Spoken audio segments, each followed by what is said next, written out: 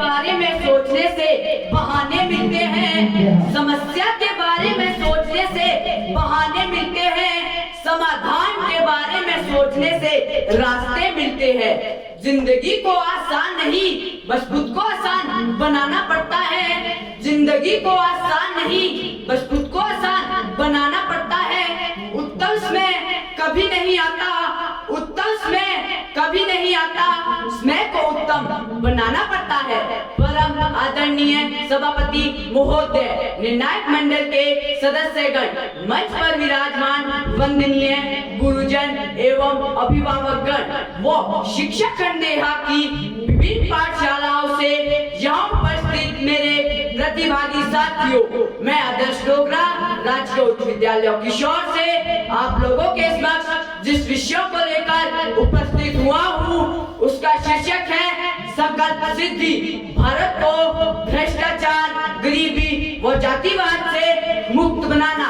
मुझे यह आशा है कि आप मेरे विचारों को ध्यानपूर्वक सुनते हुए मुझे प्रोत्साहित करेंगे। भारत एक प्राचीन देश है। कुछ अनुमानों के अनुसार भारतीय सभ्यता लगभग 5000 वर्ष की है, इसलिए यह स्वाभाविक है कि इसका समाज भी बहुत पुराना और जटिल होगा। यह जटिलता और समृद्धि भारतीय समाज को बहुत रंगीन और सांस्कृतिक देश बनाती है, लेकिन फिर भी हमारे देश में ऐसी कई समस्याएं हैं जो भारत विकास में बाधा बनी हुई है। उनमें से प्रमुख है भ्रष्टाचार, गरीबी व जातिवाद। समाधान हर मुश्किल का है, समाधान हर मुश्किल का है, बस हमें मुश्किलों को खुद काबिल बनाना है। मुश्किलें तो आती जाती रहेगी, मुश्किलें तो आती जाती रहेगी, हमें पता है समाधान हर मुश्किल का है, हमें पता है समाधान हर मुश्किल का है। इन समस्याओं में सबसे प्रमुख है भ्रष्टाचार। भ्रष्टाचार अर्थात बिगड़ा हुआ आचरण, ऐसा आचरण जो किसी भी प्रकार से अनैतिक और अनुचित है। जो व्यक्ति न्याय व्यवस्था, मान्य नियमों के विरुद्ध जाकर अपनी स्वार्थ की पूर्ति के लिए गलत आचरण करने लगता है, वह व्यक्ति देश को दीमक की तरह चाट रहा है। घोटालों और रिश्वतखोरी ने देश को काफी पीछे खींच दिया है। अगर यही हालात चले रहे तो देश को गर्त में जाने से कोई नहीं बचा सकता। हर और अंधेरा छाया है, हर और अंधेरा छाया है, बस एक काला सूरज दिखाई देता है, बस एक काला सूरज दिखाई देता है। मुझको तो अपने चारों ओर भ्रष्टाचार ही भ्रष्टाचार दिखाई देता है, मुझको तो अपने चारों ओर भ्रष्टाचार ही भ्रष्टाचार दिखाई देता है।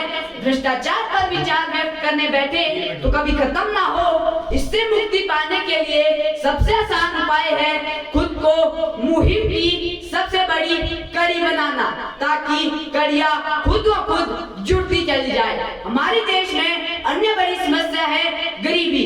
गरीबी अभिशाप नहीं, जो एक अवस्था है जिसके अंतर्गत व्यक्ति के पास सदैव धन और खुशहाल जीवन के लिए जरूरी वस्तुओं का अभाव बना रहता है, लेकिन गरीबी की अवस्था में व्यक्ति के पास आजीविकाओं के साधनों का अभाव बना रहता है, जिसके कारण उन्हें कई समस्याओं से गुजरना पड़ता है, जैसे कि अच्छी शिक्षा ना मिल पाना, अच्छा भोजन ना मिल पाना।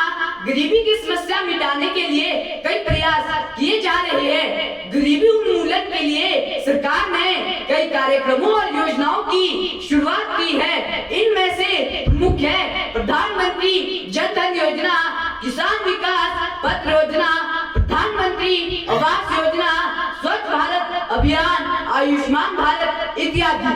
साल 2011 जनगणना के आधार पर भारत की करीबन 22% आबादी गरीबी रेखा के नीचे जा रही है।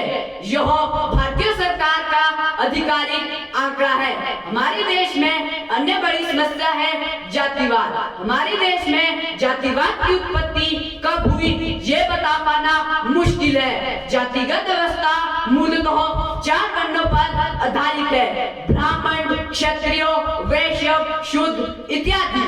वास्तव में यह कर्मधारित प्रणाली थी, जिसमें जाति का निर्धारण व्यक्ति के कर्म से होता था। जिसमें जाति का किसी के व्यक्ति से कोई संबंध नहीं होता था। जैसे नाम के आगे से जात हटाना, रूढ़िबद्ध पीढ़ियों को तोड़कर दिखाना, जहाँ इंसान अपने कर्म से जाना जाए। रैदास कवि ने भी कहा है, जन्म जात मत पूछिए का जात अनुपात, रैदास पूछ सब प्रभु के कोई ना जात के जात। अर्थात हमारे देश में कोई जाति पाति नहीं है, सब एक ही ईश्वर की संतान है। जातिवाद को सिस्टम का हिस्सा कहना गलत है। यह तो राक्षस है जो समाज को निगल रहा है। इसी कारण लोकतंत्र भी मजाक बनकर रह गया है।